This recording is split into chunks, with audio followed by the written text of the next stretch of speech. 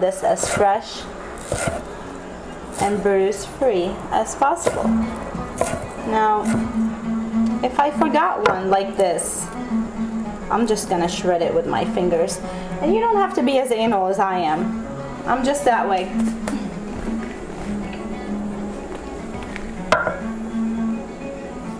Okay. Now before you add your garlic and parsley, you're really gonna need to work on the sauce from the start. And then the garlic and the parsley will go at the end. If you have tahini, wherever, if it's in a container like this or if you buy it bulk from our local markets, tahini will always sit on the bottom. So you need to give it a good stir and a good shake. And I'll show you what I'm talking about. Tahini is ground sesame seeds. It's a little oily. It's not so pleasant when you're tasting it just like that, so it needs help. I don't know if you can see it. See all this? It's right in the bottom, and I want all of that.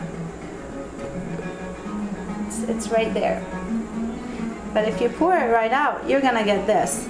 But then this is gonna run out, and I'm gonna be stuck with all the paste on the bottom. So I'm gonna start working on this for a little bit. I'm gonna scoop it out. I'm gonna use about a 1/4 cup of tahini.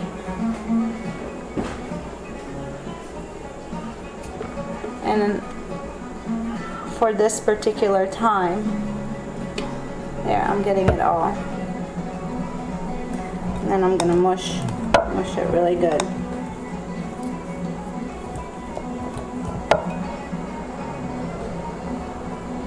Bend my spoon a little bit. I never measure. I usually just go with what my palate's telling me, what my taste buds are used to. So I'm gonna try to measure here for you so you can do this at home. I've used about a 1/4 cup of tahini, and I'm gonna mush the little hard spots that I got from the bottom of the jar.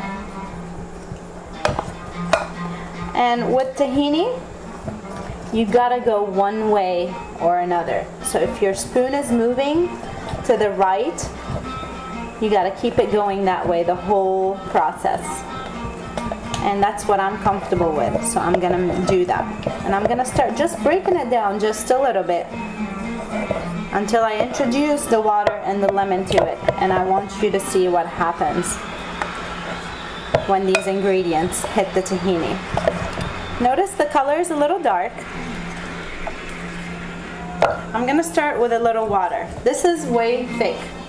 This is not the consistency of tahini, tarator. I'm gonna put a little water and alternate water and lemon juice, and taste in between. It's not gonna be so pleasant until you add the garlic in there. But just watch me and try to get the consistency that we're looking for. Little water. Don't forget to move one way. Now it seems like it's starting to break down, but it's getting thicker. You would think the liquid will help it break down, but my, it's getting darker and thicker. Now watch what happens when I put the lemon juice.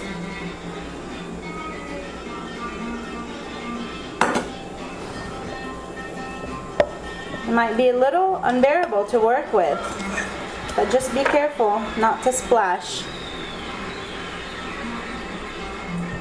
Check it out. The color is getting lighter again, but it's still very thick. And that's why you're gonna go back and forth. Water, lemon juice, until it starts breaking down.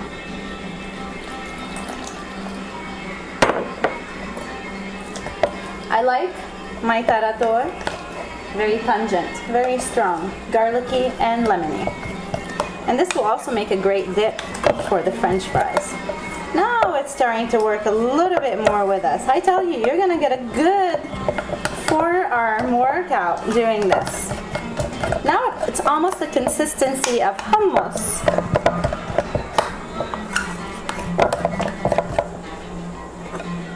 lemon juice.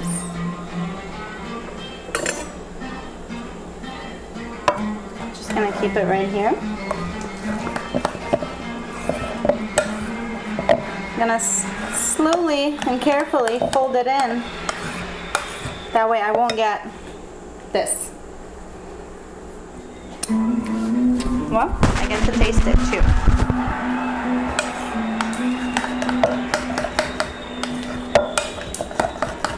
Now that it's incorporated pretty good and you have a good workable consistency, we're gonna go ahead and add the garlic.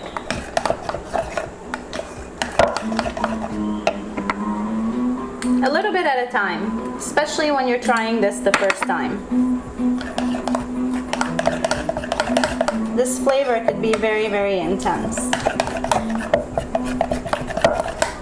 But without tarator or baqdounis b'tahine, you don't have a good falafel sandwich.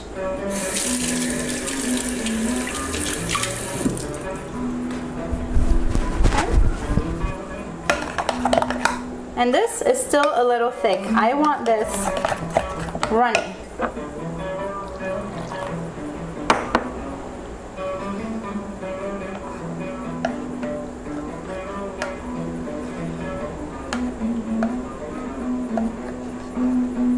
Trying to be careful so I won't get it on my shirt again. I should have worn a full apron. I'm a big fan of aprons. Perfect consistency here.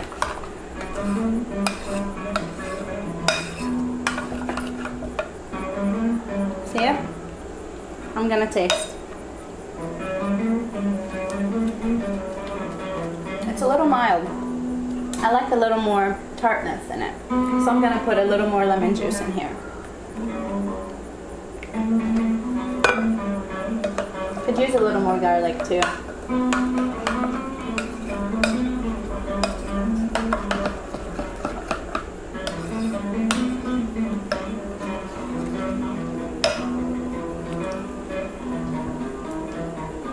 The tartness is there. I just want to put a little more, just a smidge more of garlic in here. Just a little bit. And then I'm going to add my parsley. And this holds in the fridge for quite some time. If you make too much of it, just transfer it into a jar. And that has a good seal on it. And you can just leave it in the fridge for salad dressings, for French fries, for falafels, or for fish.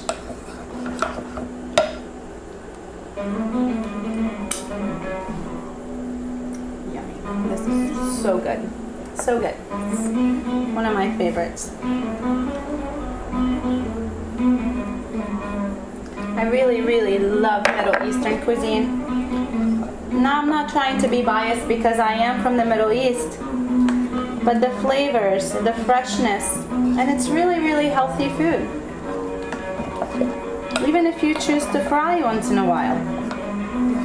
We'll talk about frying oil next.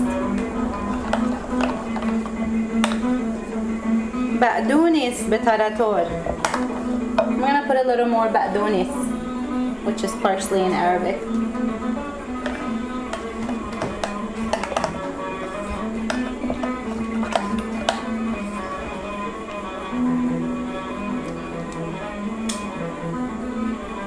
Yummy.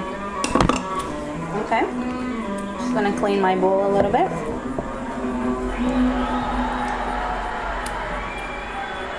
That's so good.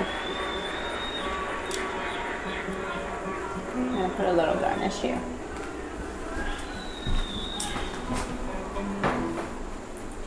You ready to cut? I am ready to move on to the next step now, and that is making the falafel patties. We have our falafels in the mixing bowl. I like to have a small bowl of water just so I can rinse my hands, and that way whatever I'm making into a patty won't get stuck to my palms. Alright, and there's my platter. Now, this has been sitting for about 30 minutes. It's still a little moist,